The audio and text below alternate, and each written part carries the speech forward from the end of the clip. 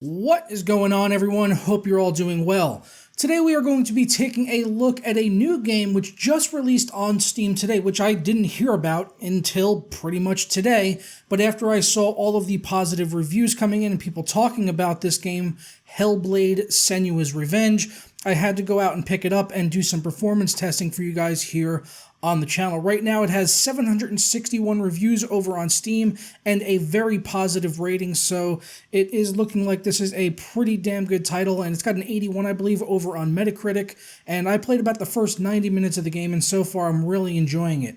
In the game, you play as the main protagonist, Senua, who I can best describe as a schizophrenic Viking ninja, and the gameplay is rather Souls-like in its approach to combat, as well as the difficulty. I'm not going to get into the narrative of how this all plays out, but basically if you die too many times in the game, your progress will be completely reset, and they will delete your save game profile. It doesn't happen just dying once, you have to die several times. I'm not sure of the exact number, but in that sense, it can add to the difficulty and the tension of the game.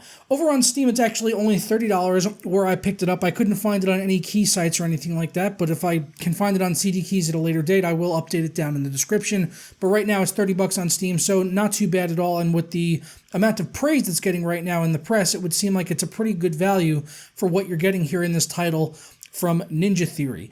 The game is built up on the Unreal Engine 4, and it also features binaural audio, which is like a 3D kind of sound space. If you're familiar with ASMR videos here at all on YouTube, it's very much like that, so you are highly advised to use headphones when playing this game. I'll go ahead and play a sample of the audio right now with some of the voices going on in the head of the character you play as, so I highly suggest you use headphones to listen to this portion to kind of get the full effect.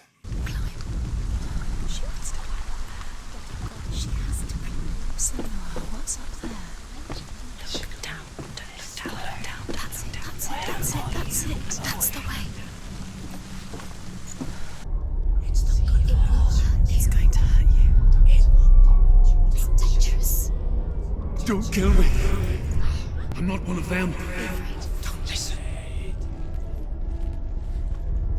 I was just hiding. So yeah, that should give you a taste of what the audio is like in this game. That's kind of constantly going on as your character is suffering from some sort of mental illness where she has voices in her head, and that is a constant point of narrative throughout the game. They kind of give you even hints and stuff as you go throughout the game world for puzzles and things, and sort of little tidbits there, and also feeds into the overall narrative of the game, which, as I said, I'm really enjoying this so far, so I'm definitely planning on completing this game. But we're going to be talking mostly about the performance here in this video, so we're going to get started off in the graphics options menu, and then we will get into the benchmarks with the GTX 1060, RX 580, and the GTX 1080 Ti, including some mentions of Ultrawide as well, which I've been playing the game on, and it runs really well in Ultrawide.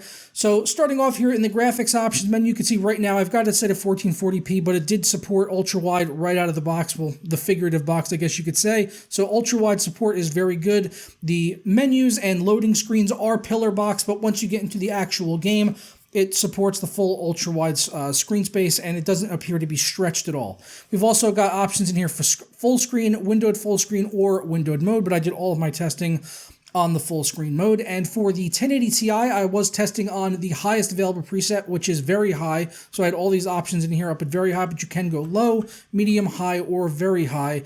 And then on the RX 580 and GTX 1060, I tested on the high preset. So for the options in here, we've got different options here for foliage, post-processing, shadows, textures, draw distance, and view effects. And you could also toggle VSync on or off. Of course, I tested with VSync off. So really not a ton of options in here for us to tweak for performance, but there are enough that if you're having performance issues, you should be able to toggle a couple of things. I noticed that the shadows and post-processing appeared to give a pretty big bump in performance, just knocking those two options down to high.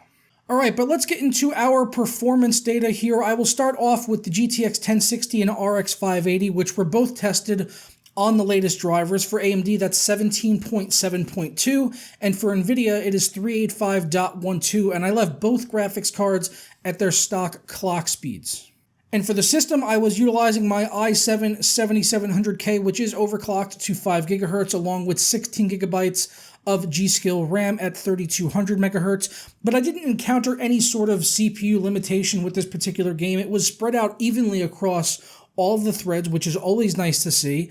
But it wasn't being limited at all by the CPU, not even close actually. It was running at about 20 to 25% usage overall on the 7700K, so you really shouldn't encounter any issues as far as the CPU is concerned. It seemed that all of the performance metrics for 1080p, 1440p, 4K, and ultrawide were all strictly GPU bound. So we'll start off here at 1080p with the 1060 and the RX 580.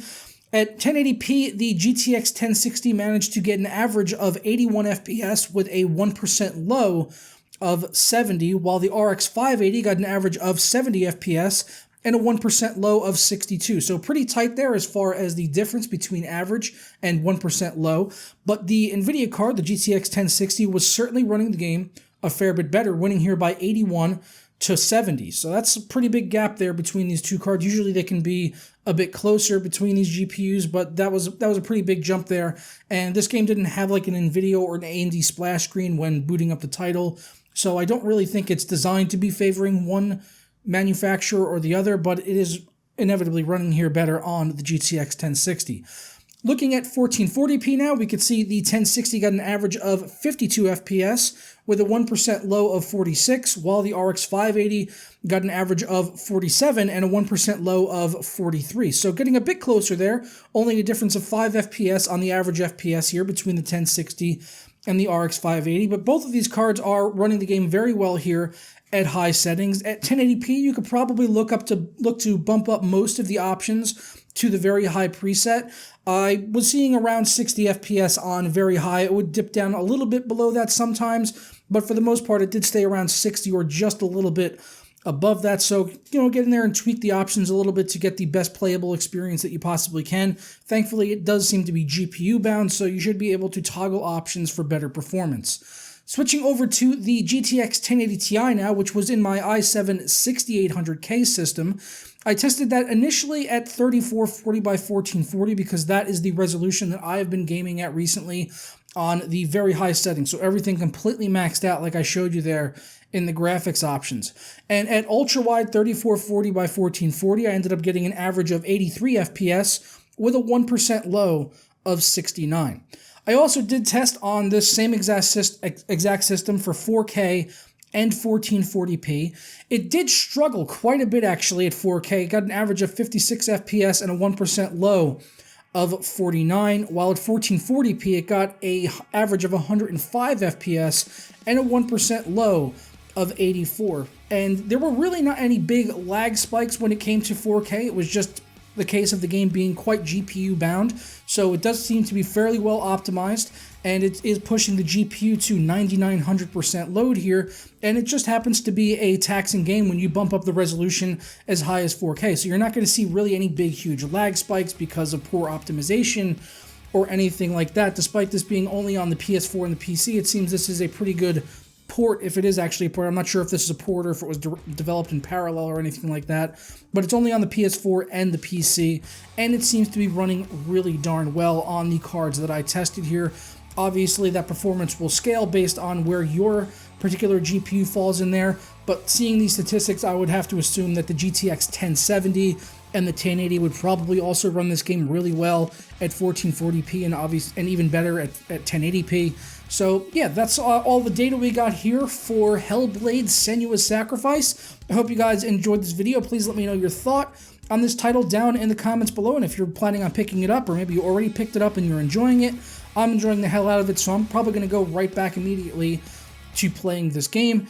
And yeah, if you enjoyed the video, don't forget to leave a like on it down below and subscribe if you're not already. And if you have been here for a while, you can always hit that notification bell to find out when I'm uploading new videos, performance reviews and such like this one.